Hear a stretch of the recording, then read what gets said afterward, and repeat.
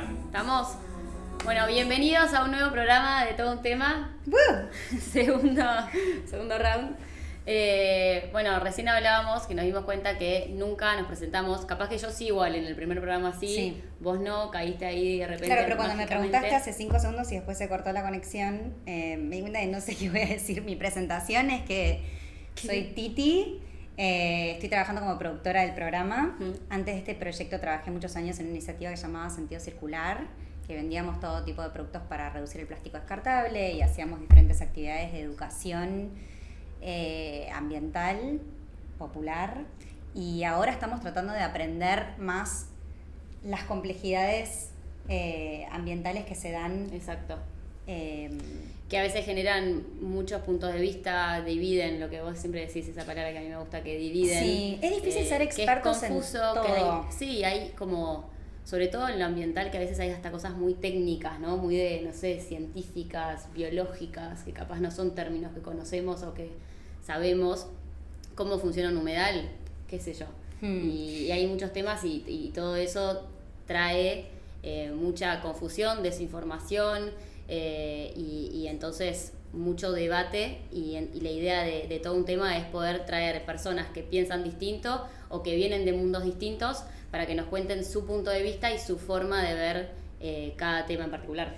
Creo que con los temas que relacionados a naturaleza o ambiente son temas que despiertan muchas emociones en las personas, me incluyo, ¿no? Como yo, por ejemplo, trabajé muchos años con el tema de plástico descartable y era bueno, no quiero que se ahoguen los delfines en el océano, entonces hay que prohibir el plástico. Claro.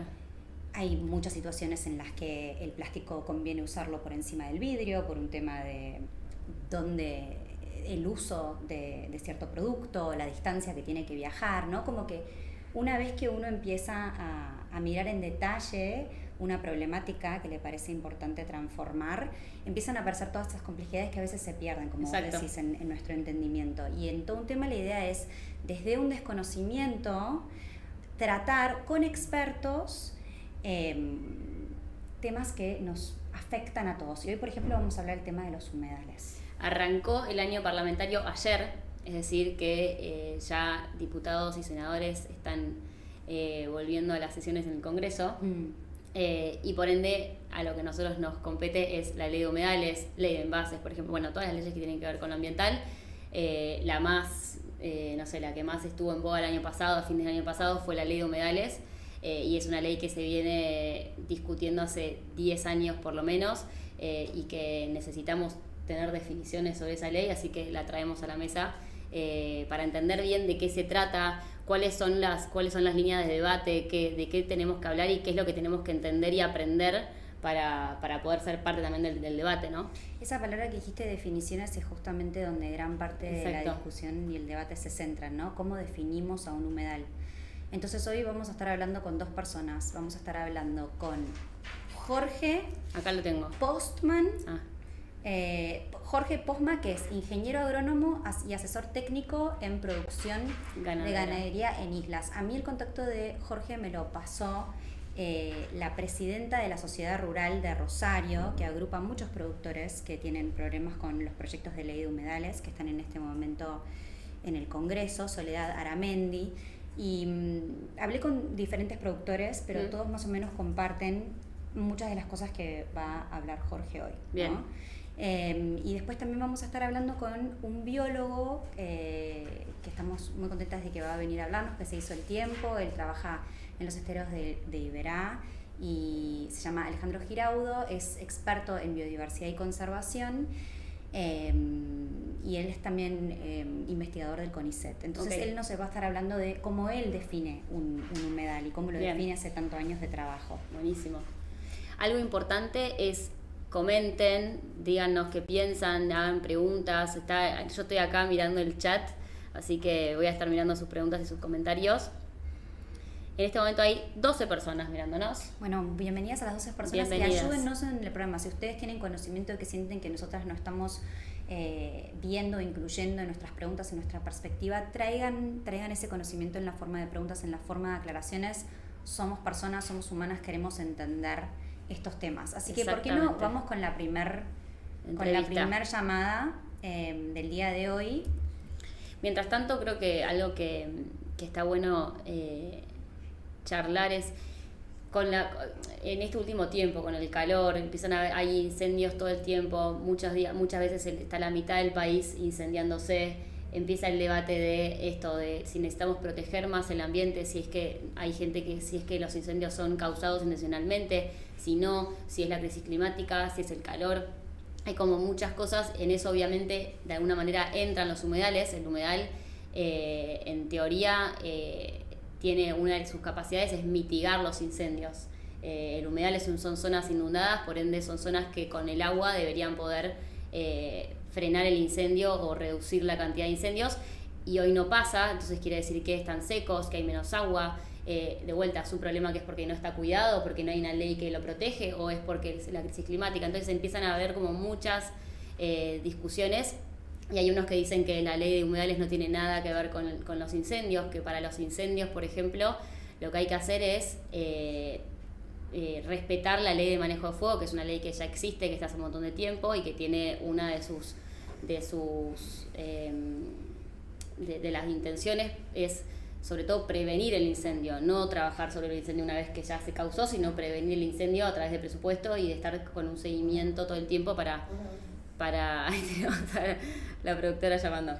Entonces, de alguna manera, necesitamos una ley de humedales. Ya hay leyes que deberían contemplar cosas previas y no tener que estar mirando una ley nueva, o sí necesitamos esta ley.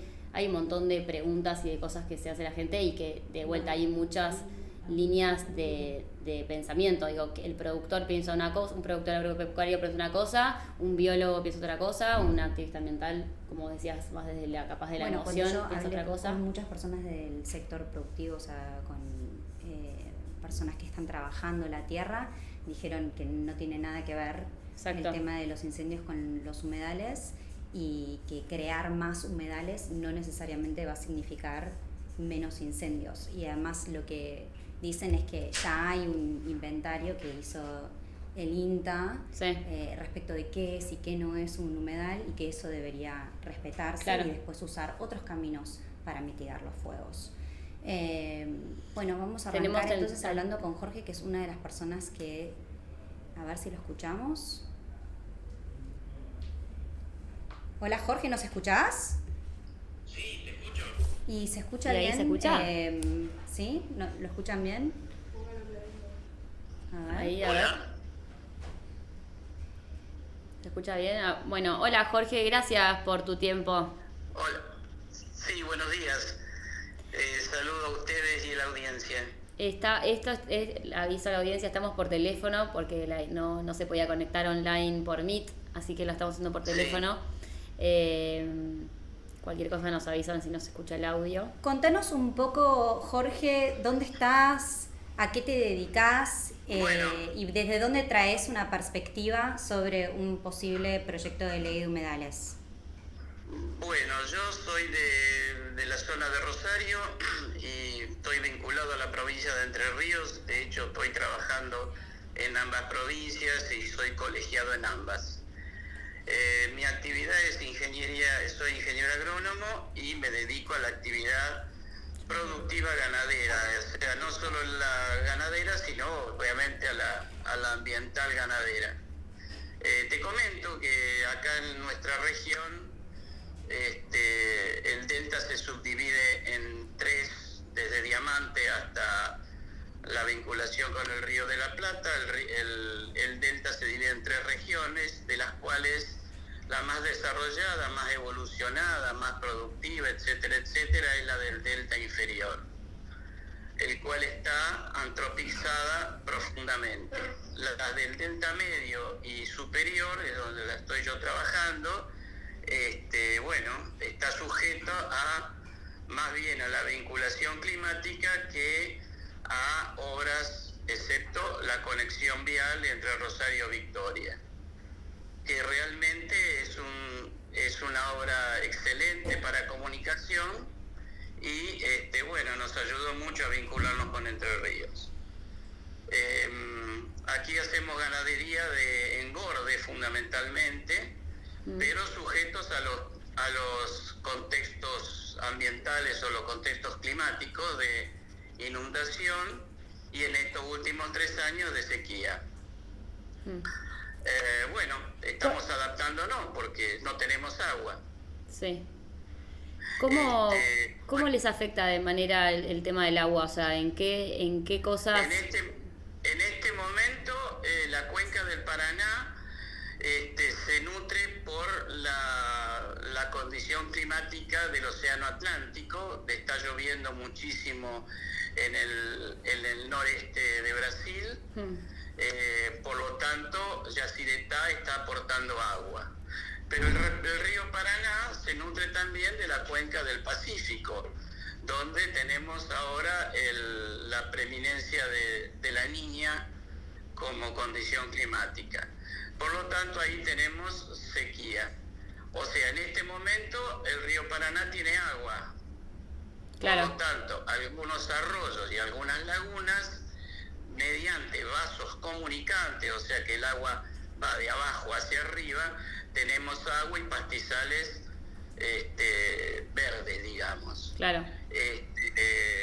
Bueno, pero esto no se sabe hasta cuándo, por más que haya mucha esperanza de que esto vaya a cambiar. O sea que hace 6 meses atrás no teníamos agua en ningún arroyo. 8 meses atrás no teníamos agua en ningún lado y la hacienda no podía tomar agua. Claro. ¿Y esos como zonas de agua son humedales? ¿Son zonas...? Sí, estoy hablando de lo que es el río Paraná, la zona insular del río Paraná. Okay. Absolutamente, tiene agua naturalmente. Tenemos cursos de agua hace tiempo seco. Por acción antrópica... ¿sí? No, si hubiera una ley de humedales, ¿a vos eso te afectaría? ¿Es una zona que podría, por ejemplo, dejar de ser productiva?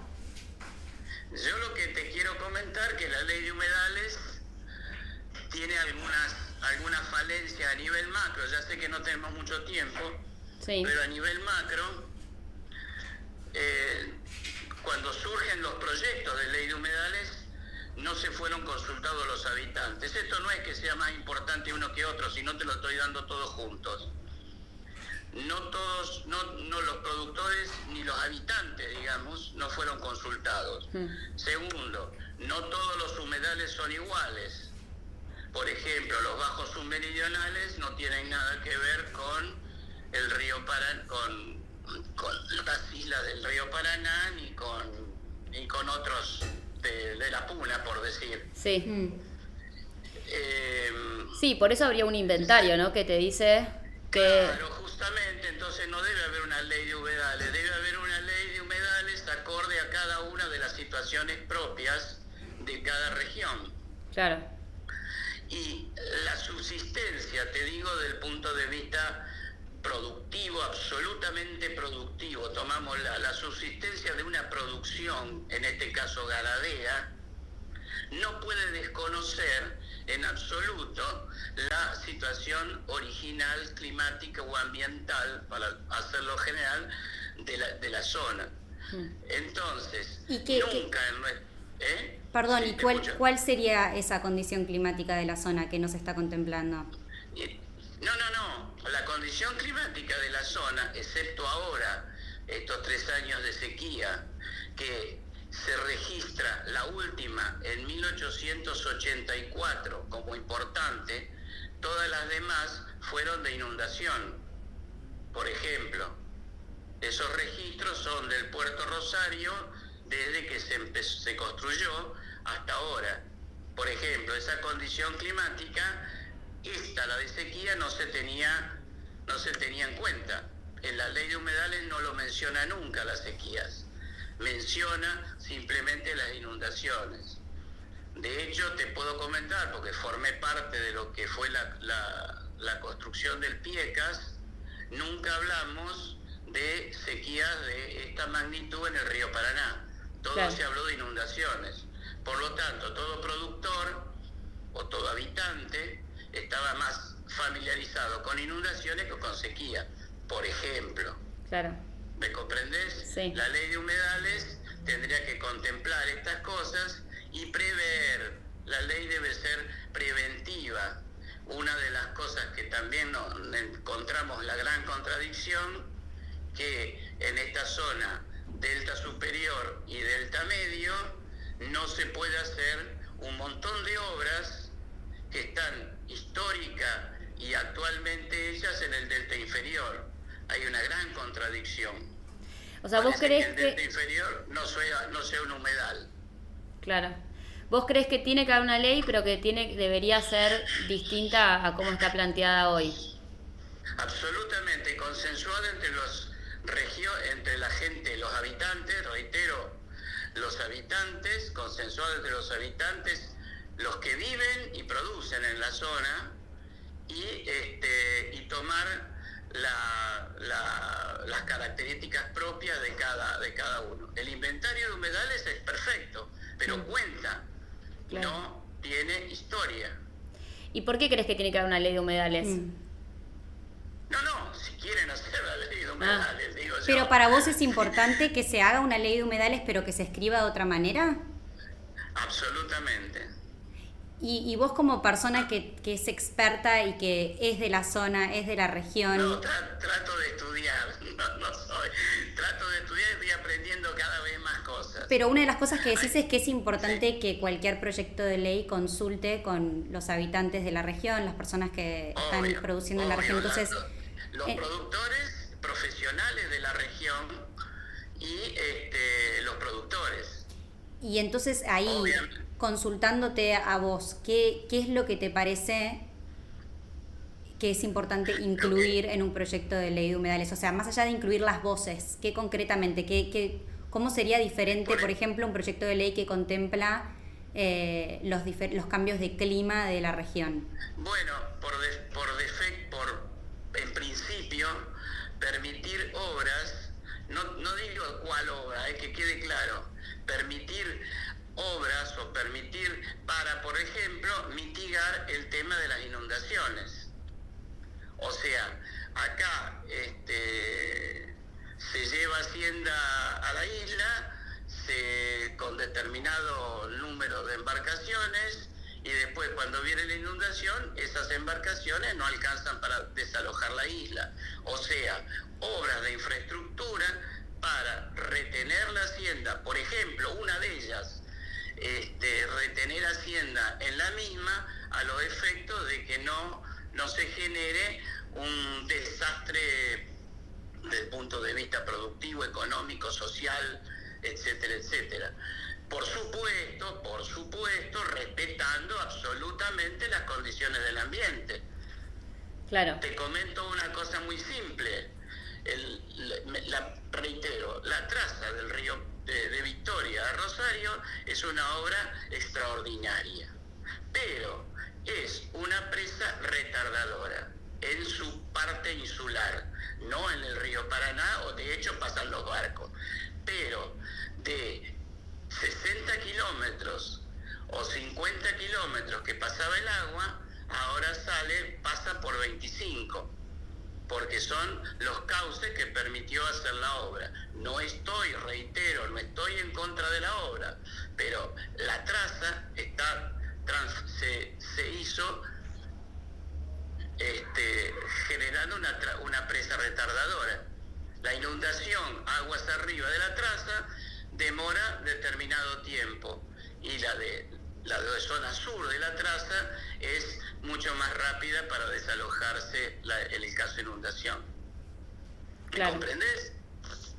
Eso no se contempla, nunca se habló, y todos los proyectos de ley no he visto que hable de futuro, de obras futuras.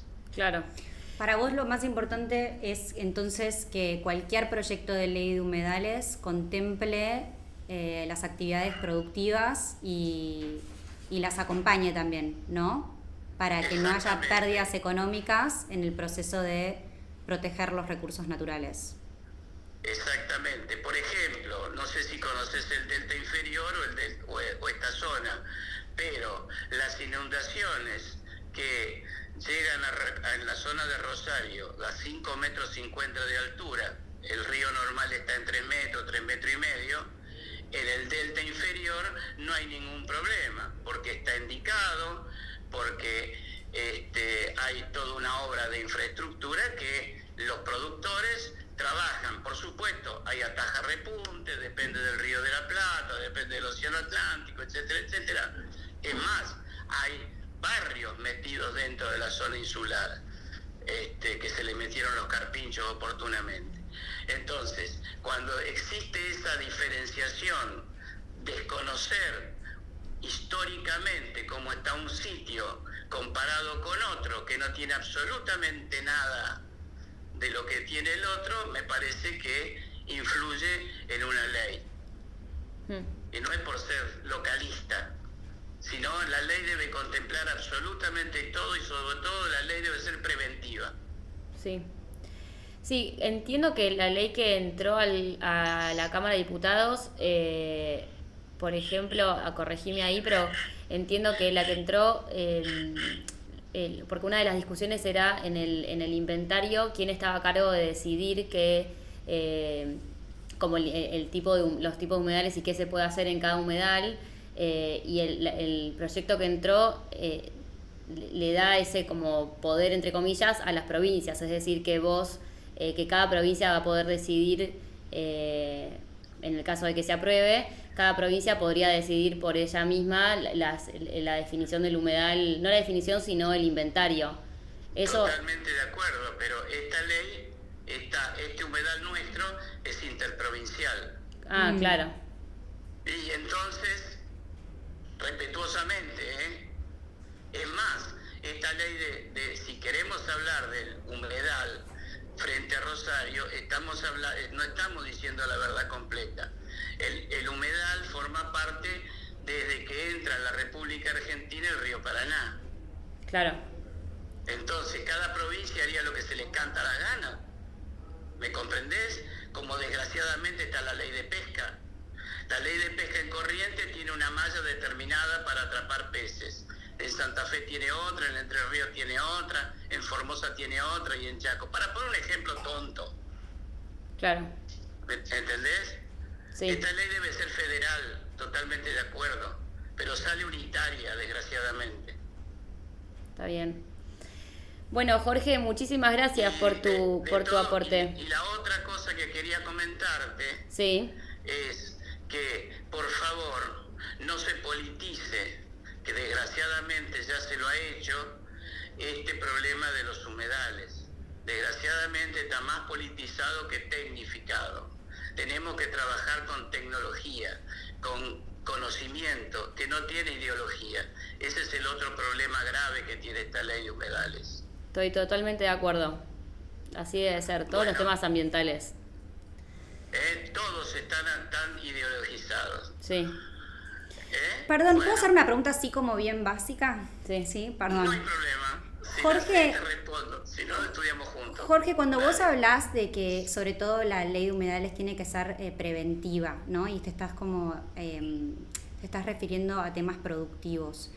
¿Podría pasar cómo está formulado el proyecto ahora, que por ejemplo en un área donde hay actividad ganadera, donde tienen literalmente vacas, ¿no? Como que vos lo que estás diciendo es que eso quizás se podría delimitar como un humedal según la definición del proyecto de ley, y que después no se haga nada para evitar que esa zona se inunde, o cómo, no terminé de entender exactamente.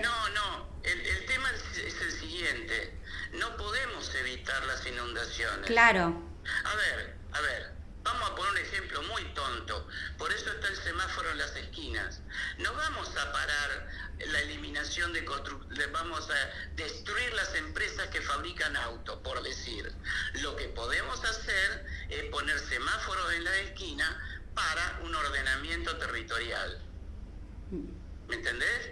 Entonces, acá tendríamos que hacer obras, obviamente, que no afecten el ambiente, pero por lo menos tratar de que se pueda retener la hacienda y no sacarla a las trompadas con problemas muy graves de tecnológicos, de logística, etcétera, etcétera.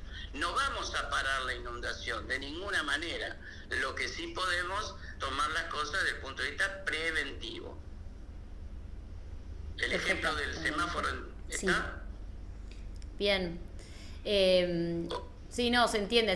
O sea, lo que vos decís es que la ley tiene que venir con la posibilidad de generar proyectos que prevén futuras inundaciones o en el caso de sequías, por ejemplo.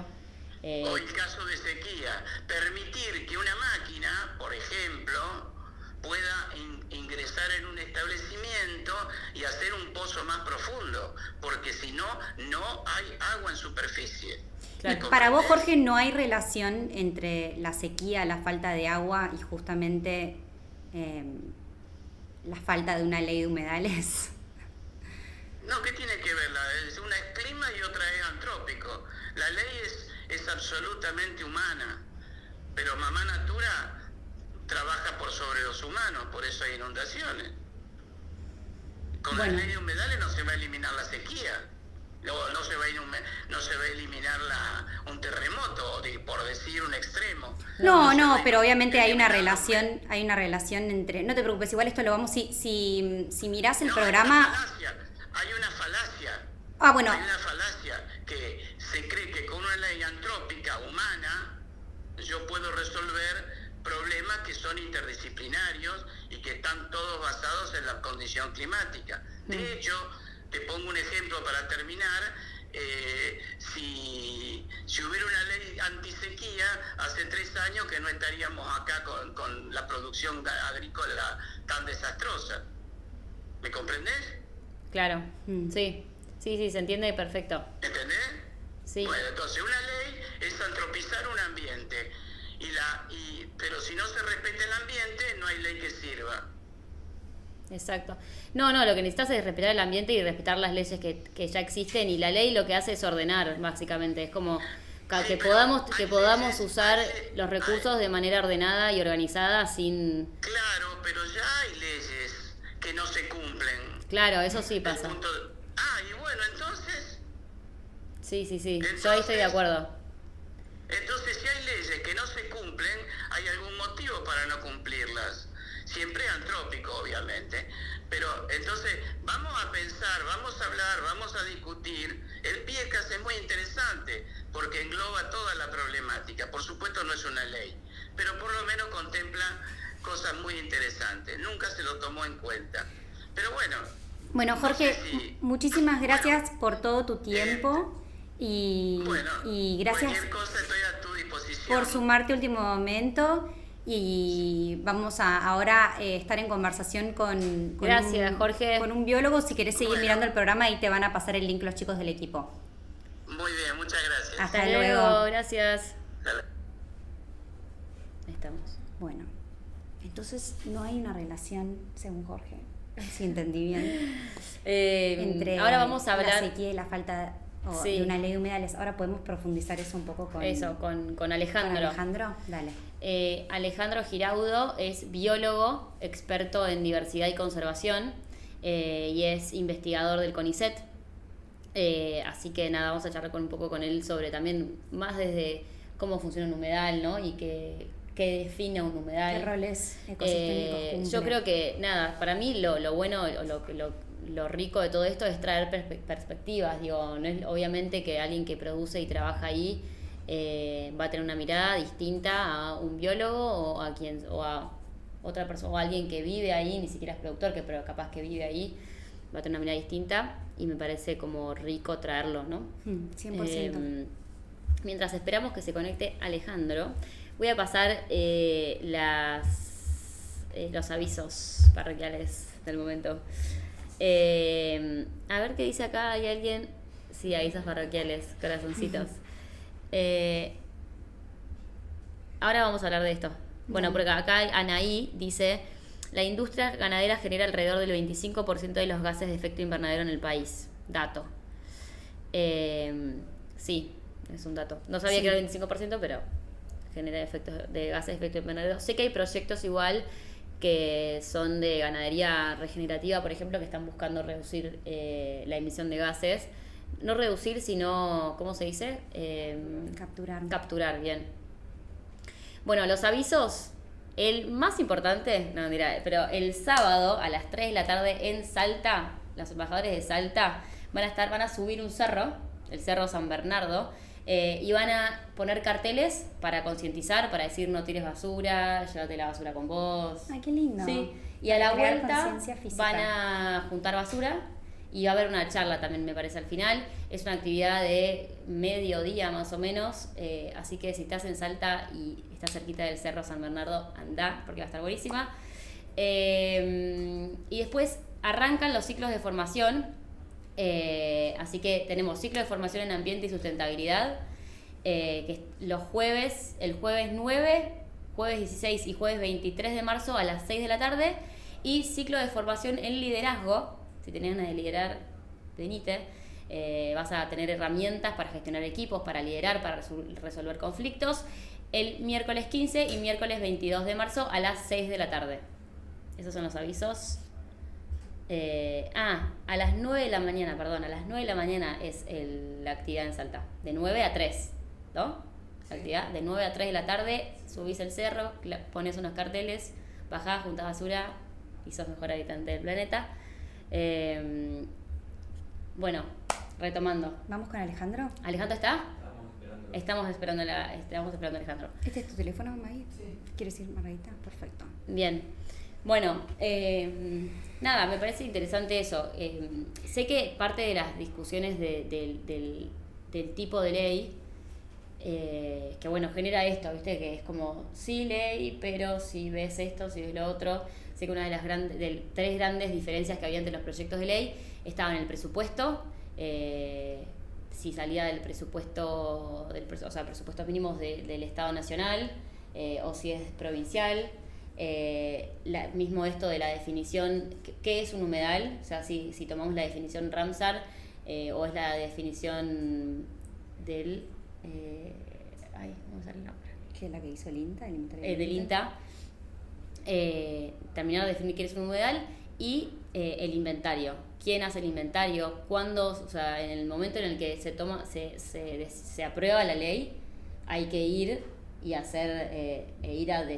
delimitar qué zonas son humedales, si esa zona es una zona roja en el sentido de que no se puede producir, o es una zona amarilla en la que se puede hacer ciertas cosas, o es una zona verde en la que se puede hacer otras cosas, y eso todo lleva un tiempo. Y entonces también hay, por ejemplo, dentro de la ley, una de las cosas también que pasaba era durante ese tiempo de definir el humedal y de generar el inventario, para uno de los proyectos, en esos 3 años el humedal quedaba inactivo. En un país productivo, o sea, vos no podés cortar la producción 3 años. Además, ese es un argumento en contra, ¿no? Además hay zonas de producción que dependen de que existan los humedales para que puedan funcionar, ¿no? Por ejemplo, el arroz se produce en zonas de humedal. Miles de cosas. Bueno, justo vos me pasaste también lo de FADA, ¿es?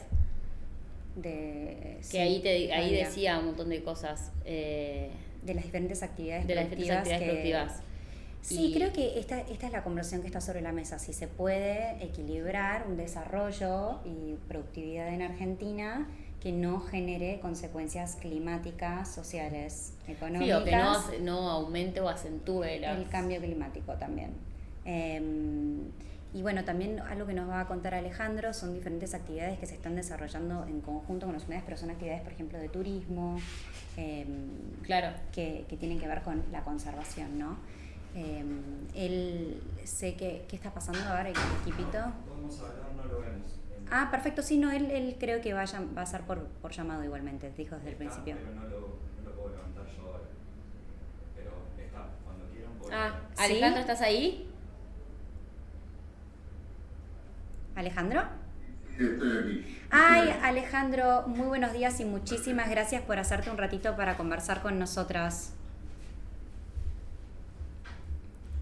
Sí. Buenos días. Buen día. Gracias por sumarte. Vamos a arrancar con una pregunta bastante básica, pero quizás puedes entrar en un poco más de profundidad para que entendamos bien las relaciones entre diferentes condiciones climáticas que ocurren y los humedales. Por ejemplo, hablando de los humedales en relación a las sequías, hablando de los humedales en relación a los incendios, los humedales en relación a la biodiversidad. ¿Podrías tocar un poco sobre ese tema, Alejandro? Sí, cómo no. Bueno, tenemos que tener en cuenta que los humedales es donde se generó la vida. Si la Tierra no tuviera el agua en sus tres estados, no existiría la vida, y el estado líquido, digamos, es donde la vida se desarrolló. Se desarrolló en los mares y después pasó a los sistemas terrestres. Ahí podemos entender lo fundamental que son para toda la biodiversidad y también para los humanos y todas nuestras actividades. Lo cierto es que es la primera vez en miles de años de historia de la Tierra y de la vida que una especie humana está cambiando su entorno tanto que tenemos el mismo impacto como cuando cayó un meteorito y hubo extinciones. Y nosotros lo estamos cambiando básicamente por la revolución industrial, por los cultivos, por el uso de combustibles fósiles, que están, además de afectando la biodiversidad directamente, cambiando el clima. Ese cambio climático implica principalmente que va a haber mayores extremos, o sea, va a haber periodos o lluvias muy intensas, pero también sequías muy intensas, como las que estamos viviendo estos últimos 3 años. Esas sequías implican que va a afectar nuestra capacidad productiva. Por ejemplo, Argentina es un país que tiene como base la producción agronómica para exportar, con lo cual se va a afectar nuestra economía. Y también va a afectar los humedales, ¿no? También está muy afectada la ganadería, pero también la provisión de agua en algunas ciudades y en algunos lugares. Entonces, lo que tenemos que entender es que el cambio climático viene con estas variaciones extremas y que nosotros tenemos que estar preparados para afrontarlas.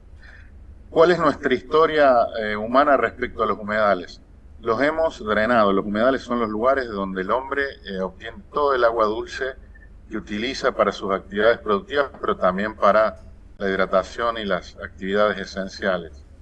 Y lo que hemos hecho históricamente es drenarlos, o sea, canalizarlos y mandarlos rápido al mar.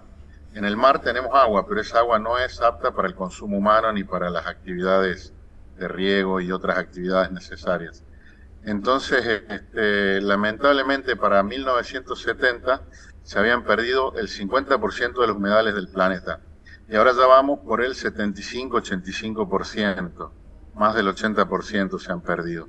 Eso significa que son ecosistemas en un estado sumamente crítico y son ecosistemas esenciales para nuestra supervivencia.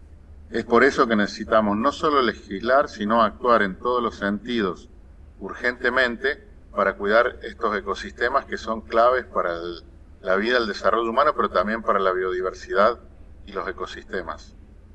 ¿De qué manera podría una ley ser, por un lado, protectora del ecosistema y a su vez protectora del desarrollo productivo del país? O sea, ¿de qué manera se puede, o sea, es posible que eso suceda, que eso confluya una cosa con la otra? Bueno, una ley es una parte, es la parte que regularía, y por ejemplo, una ley basada científicamente, o sea, tiene que tener un respaldo científico, no ser una ley construida a medida de intereses, digamos, sino que tiene que ser una ley que tenga en su esencia el cuidado del agua como un bien común de todos. En ese sentido, la ley lo que puede hacer es dar los presupuestos mínimos y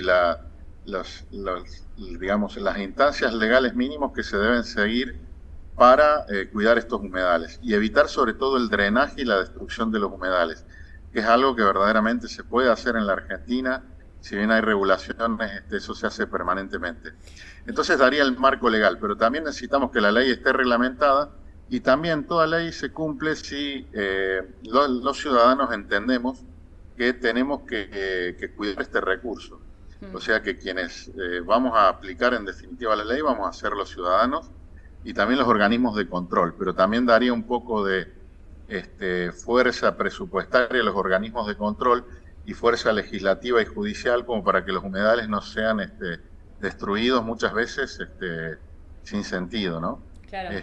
Entonces, bueno, creo que es una parte, pero también está la parte política de implementación de la ley, la parte de organismos de control, la parte científica, que digamos hay mucha información científica para cuidar los humedales, mapearlos. De hecho, la Argentina tiene algunas experiencias de mapeo muy interesantes hechas por secretarías de ambiente, universidades, el CONICET, y también hay algunos mapeos hechos por el INTA. Y lo esencial sería que unamos todas estas fuerzas, como pasó con el COVID. Por ejemplo, el COVID fue una emergencia sanitaria en donde el Estado, el sector científico y la sociedad tuvieron que unirse para resolver un problema grave que puso de rodillas al sistema socioeconómico mundial.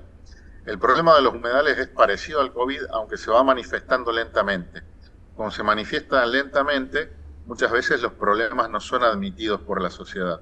Pero los científicos ya sabemos que no se pueden perder más humedales, que no podemos contaminarlos más, y que eso, si lo hiciéramos, tendríamos una sociedad mundial con mucho menos futuro y mucho más problemas.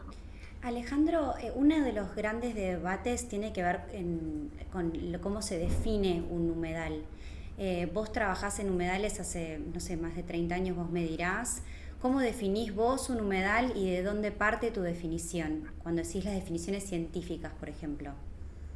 Bueno, hay una definición mundialmente aceptada de Ramsar, ¿no?, que es muy sencilla. Son los esteros, bañados, arroyos, los lugares donde se acumula el agua. No son ecosistemas acuáticos en sí mismos porque son hasta 6 metros de profundidad, digamos. Después de los 6 metros, por ejemplo, el centro de un lago o el mar es un ecosistema acuático, pero los humedales son hábitats particulares que existen entre los ecosistemas acuáticos y la tierra, y en donde los animales, las plantas y la biota que vive ahí tiene que tener adaptaciones a esas condiciones húmedas. Esas condiciones húmedas pueden ser estacionales o permanentes, y es el lugar en donde se cumple la función de captación de agua para las aguas subterráneas, filtrado y potabilización natural del agua.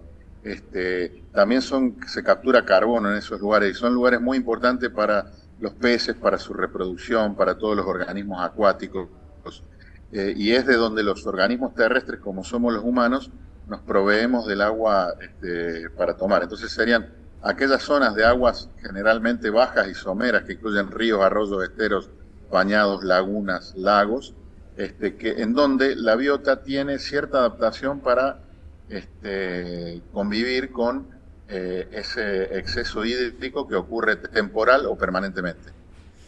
Perfecto. No sé si lo dijiste, Alejandro, pero es importante el dato del porcentaje de agua dulce que hay en el mundo para que entiendan por qué estás remarcando. ¿Lo dijo? ¿Lo dijiste? No.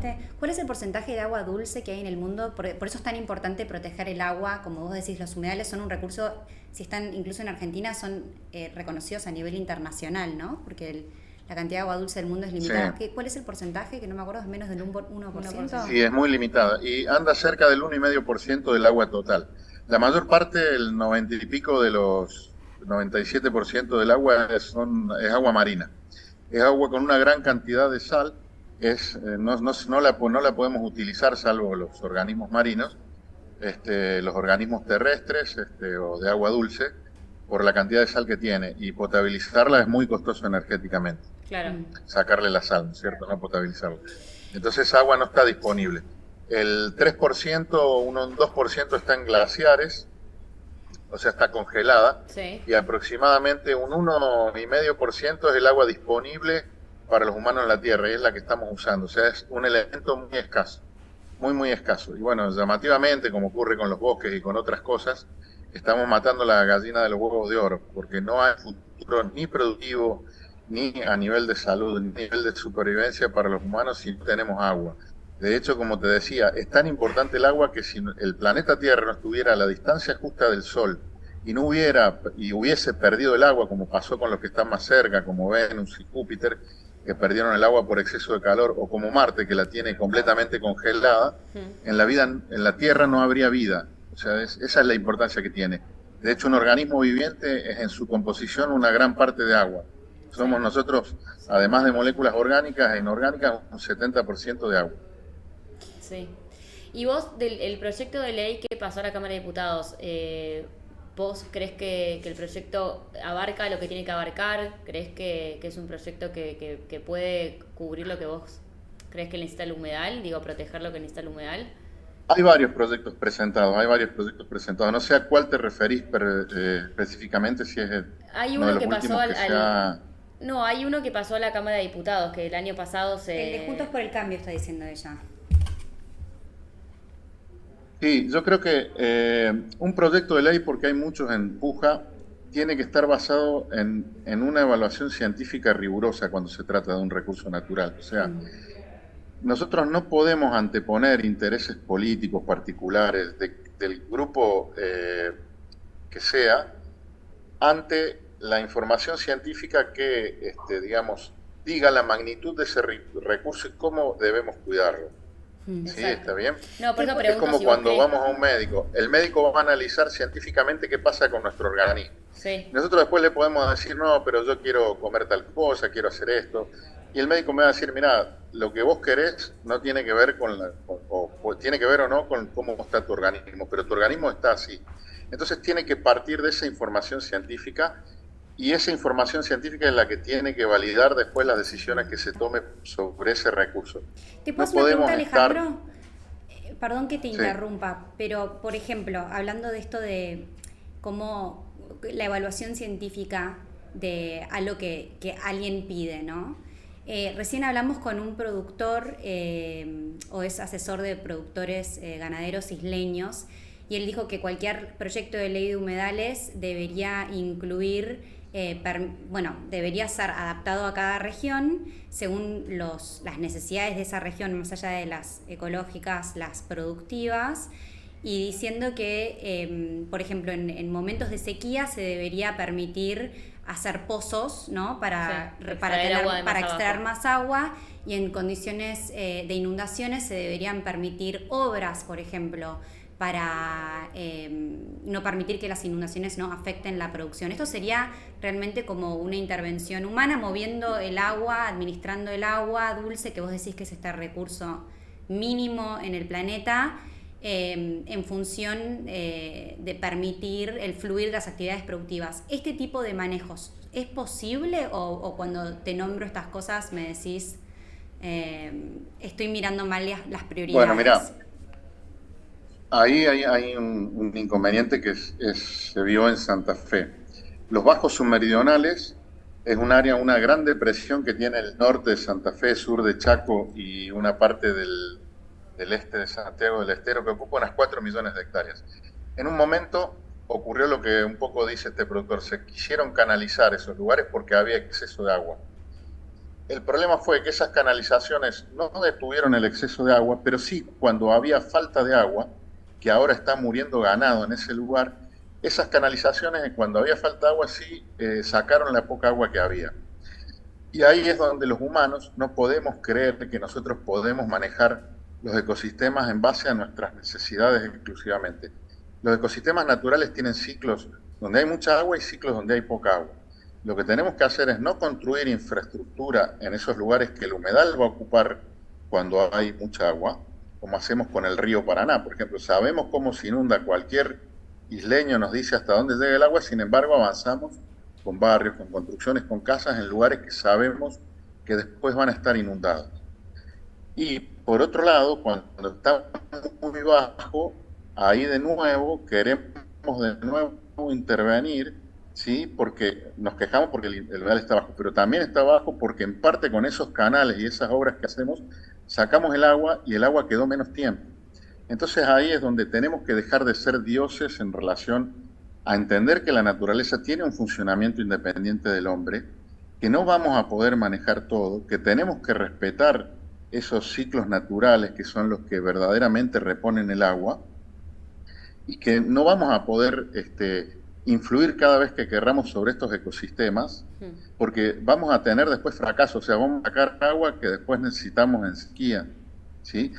Eso, cuando uno mira desde el punto de vista productivo, o desde una casa que se construyó, por ejemplo, en el valle de inundación del río, bueno, claro, obviamente, yo construí mi casa ahí y después quiero que el río no crezca. El río va a crecer, lo que tendría que haber hecho es haber respetado esos ciclos naturales. Entonces, la cuestión no está en que cada sector, digamos, yo creo que tienen, ellos quieren una cierta cantidad de agua que obviamente los humedales se las da, pero hasta dónde se puede intervenir para que eso ocurra de una manera, digamos, que no termine afectando a los humedales. Ahí hay un punto, digamos, que es un poco Hay un libro de Harari que se llama De hombres a dioses. O sea, estamos creyendo que con estas decisiones sobre los ambientes vamos a cambiar ciclos de la naturaleza y no va a ser así. Sin Entonces embargo, lo que tenemos que hacer es... Sí. No, que sin embargo esto que decís igualmente es complejo, porque también algo que está pasando es que el clima está cambiando, ¿no? Y eso es algo que vos también contemplás en el trabajo de conservación que haces, que los corredores naturales, también están cambiando su ubicación. Puede ser lo que estoy diciendo, como que lo que por ahí antiguamente era un humedal, hace 100 años, en 100 años no va a ser más y la redistribución del agua va a ocurrir. Como que es difícil también definir lo que es un humedal cuando el clima está cambiando tanto. ¿Es correcto lo que estoy diciendo? Y mira, definir se puede definir, porque tenemos promedios históricos de dónde está el agua, pero también los humedales existen en el lugar en donde hay geoformas, o sea, hay, digamos, una geomorfología y una geología que hace que el agua se acumule ahí. O sea, hay algo Claro. geológico que tiene que ver con depresiones, lugares en donde llega el agua de las lluvias, de las cuencas, etcétera, etcétera. Entonces, los humedales podemos saber dónde están en base a esas geoformas que acumulan el agua, ¿sí? Ahora, bueno, acá hay un punto importante. Yo tengo que aceptar que cualquier ser viviente del mundo va a depender de esa agua y tengo que ser muy cuidadoso en, por ejemplo, no drenarlas cuando hay inundaciones y aceptar que la inundación es una parte del ciclo del humedal, ¿sí? Y tampoco querer, qué sé yo, por ejemplo, perforar y llevar agua salada a cuencas de agua dulce. Si es agua dulce, sí, pero no es que las perforaciones sean siempre la solución, porque yo cuando perforo hacia aguas subterráneas puedo tener aguas de calidad buena, puedo tener aguas de calidad muy mala, ¿sí? De hecho, fíjate que, por ejemplo, todo el oeste de la Argentina tiene una calidad de agua compleja por existencia de sales, de arsénico, de un montón de sustancias. O sea, hay lugares donde las perforaciones dan agua que tiene calidad y otras que no. Y eso tiene que ser manejado siempre técnica y científicamente. Por eso yo creo que lo mejor para el sector productivo es tratar de respetar los ciclos naturales de los humedales, tratar de adaptar su producción a eso, y en el caso que se hagan perforaciones, que sí es posible hacerlas, tienen que ser hechas también con una base técnica importante como para no mejorar acuíferos, no generar problemas. Incluso los mismos acuíferos son recargados, o sea, el agua que llega ahí es el agua que muchas veces está en el exceso de las inundaciones y va filtrando hacia los acuíferos. Claro. ¿Sí? Entonces, es un sistema, y los sistemas son complejos. Tenemos que aceptar que esa complejidad la tenemos que abordar primero desde el punto de vista científico. Una vez que eso está abordado desde el punto de vista científico, se tiene que ver cómo se van adaptando las actividades humanas para que ese elemento tan crucial no pase lo que pasó hasta ahora, que lo fuimos destruyendo constantemente, de una manera en donde ya estamos en una situación muy, muy compleja. Lo que vos decís es, nosotros tenemos que adaptarnos al ecosistema, no adaptar el ecosistema a nosotros, básicamente. Sí, en esencia sería eso. Lo que pasa es que no es que nosotros vamos a poder adaptar a la naturaleza a nosotros mismos. Si solamente tuviéramos una naturaleza con vacas, 5 cultivos y que nos diera ganancias económicas y no hubiera ningún otro elemento de la biodiversidad, la vida desaparecería de la Tierra. Sí. No son sostenibles esos sistemas, digamos. Los ciclos biogeoquímicos, o sea, todo lo que tenemos nosotros está relacionando a los humanos con toda la biodiversidad. Y esos ciclos no se van a dar si la biodiversidad desaparece y se quedan solamente 4 o 5 especies que nos interesan a nosotros. Sí. Vamos a desaparecer todos, es muy claro eso. Sí. ¿Sí? Clarísimo, Alejandro. Bueno, muchísimas gracias por toda la información. Muy ¿Podemos claro. antes cerrar con una pregunta de incendios que no volver a aclarar? ¿Querés preguntarle esta duda que teníamos a la mañana? De si los Cuando incendios... estuvimos hablando con el sector No, porque hay productivo. mucha gente que cuando habla, como o sea, hay gente que dice que no necesitamos una ley de humedales y que la ley de humedales no tiene nada que ver con los incendios. O sea que el humedal, no por poner una ley, vamos a frenar los incendios. Y a nosotros nos genera la duda porque en algún punto el humedal, una de las características que tiene es mitigar incendios. O sea, en algún punto, al ser zonas inundadas, podrían perfectamente mitigar el incendio, o sea, contrarrestarlo, ¿no? ¿Vos crees que no tiene nada que ver una cosa con la otra? ¿Es un argumento que es sólido o sea, tiene un punto o no? No, creo que son cosas que no tienen relación. O sea, por un lado, los incendios es cierto que se están dando por este sistema de extrema sequía. En este sistema de extrema sequía que estamos viviendo hace 3 años, en la ganadería se usaba el fuego con humedad y no era algo grave. Ahora, en esta situación sí es grave. Por eso tenemos que adaptarnos a los cambios que están ocurriendo. Tenemos que saber que si hay mucha sequía no se puede prender fuego. Y eso evidentemente, o sea, no podemos hacer siempre lo mismo. Es como te decía hoy, yo voy al médico, me hace un examen y me dice, mira, no puedes comer esto, no puedes hacer eso, tenés que hacer más ejercicio. Si yo sigo haciendo lo que venía haciendo antes, yo voy a tener problemas de salud graves. Está pasando lo mismo, tenemos problemas de salud ambientales graves porque creemos que, por un lado, que vamos a dominar la naturaleza y la naturaleza va a actuar como nosotros queremos, pero por otro lado, la terminamos destruyendo por no entender que hay ciclos naturales y además cualquier legislación va a ayudar a ordenar un recurso esencial.